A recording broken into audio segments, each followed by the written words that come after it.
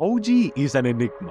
His whole style of character, whether it's his abilities or his persona, he has completely changed the world of Jujutsu Kaisen. And I don't think people are making it as big of a deal as it should be. In the world of Jujutsu Kaisen, we have cursed spirits and cursed users who are at the center point of this conflict within the story, such as the main antagonists of Kenjaku and his crew, who are mainly cursed spirits, along with Gojo, Yuji, and the rest of Tokyo Jujutsu High, who most of them are cursed users, blessed with cursed energy to use special cursed techniques.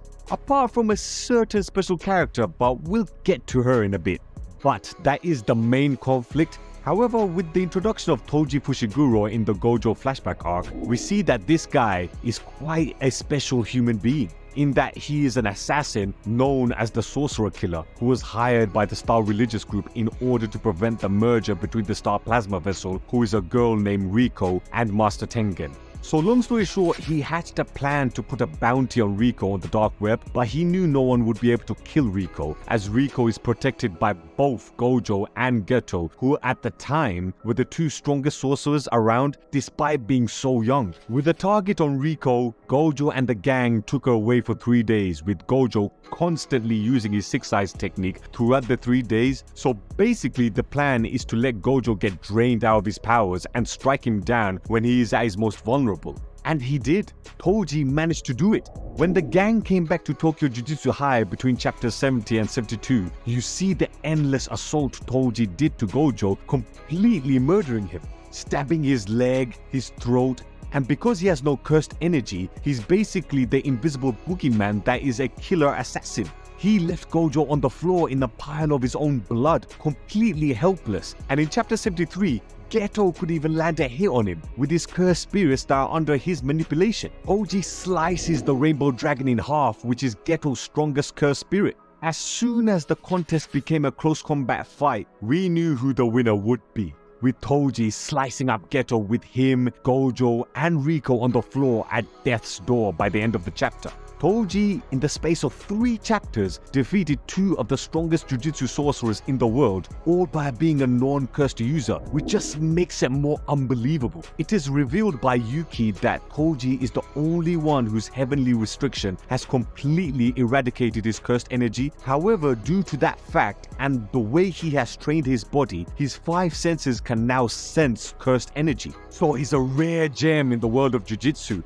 But why would Akutami add a character like this into the story? And given that he has no cursed energy, which was the reason why Gojo couldn't track him in their fight, is a character like Toji introduced to the story to show that there is a weakness for Gojo? The kryptonite being Superman's weakness, so to speak, in comparison to Gojo and all other powerful special grade sorcerers like Geto at the time. The way he introduced a character like Toji, who is a non-cursed user but can fight against special grade Jujutsu sorcerers as well as cursed spirits, as we saw in chapter 73 when he fought Geto's cursed spirits, he is a threat to both of the major powers of this world, cursed users and cursed spirits. And even later down the line, he ends up killing a special grade cursed spirit in Dagon in chapter 111. Who Nanami, Maki, Naobito, and Megumi all ganged up on but couldn't do shit against him.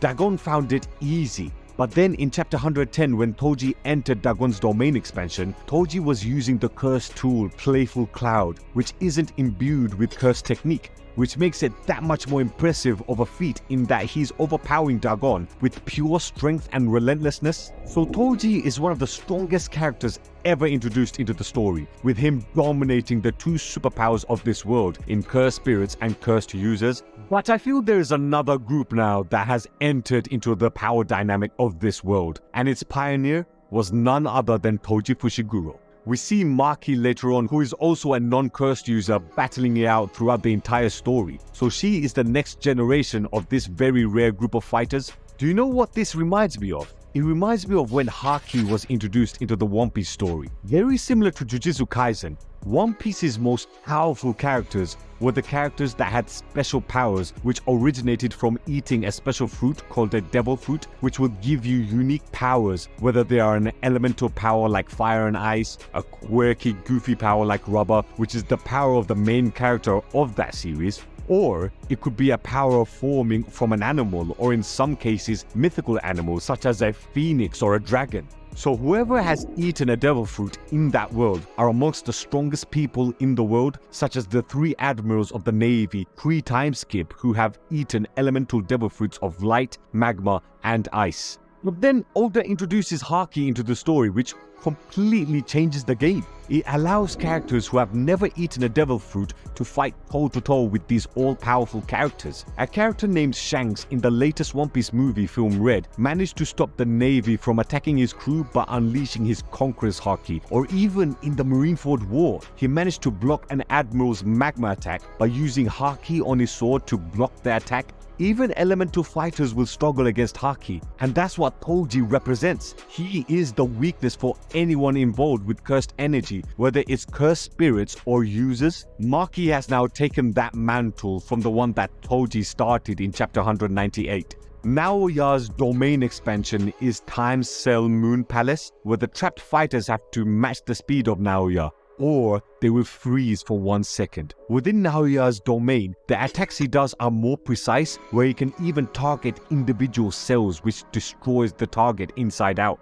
This chapter cements Maki as the new Toji, as she stabbed Naoya from the back, just like how Toji stabbed Gojo from the back. Maki, like Toji, doesn't have cursed energy, so the barrier treats her as a building. Naoya must use an actual structure as the barrier's exterior, like Megumi did in Tokyo Colony No. 1 in the Colin Games arc. However, unless she consents, he can't trap her inside the domain. The blade that Mai left Maki with was a replica of the cursed tool Split Soul Katana, same as Toji's. It can bypass the toughness of many substances to cut the soul. However, exerting the power fully requires eyes that can observe even the souls of inorganic matter. Naoya's domain guaranteed hit couldn't recognize Maki because she has no cursed energy. Maki then slices Naoya's giant head in half, breaking the domain. The chapter ends with the monologue of a demonic fighter equal to Toji Fushigoro was finally realized. All of this started from the Gojo flashback. It's because of Toji that Maki was able to exist, and I can guarantee you that Maki won't be the only non-cursed user in the story. There will be a group of these fighters that will be the sole weakness of special grade curses and sorcerers, as we have seen with Toji and Maki.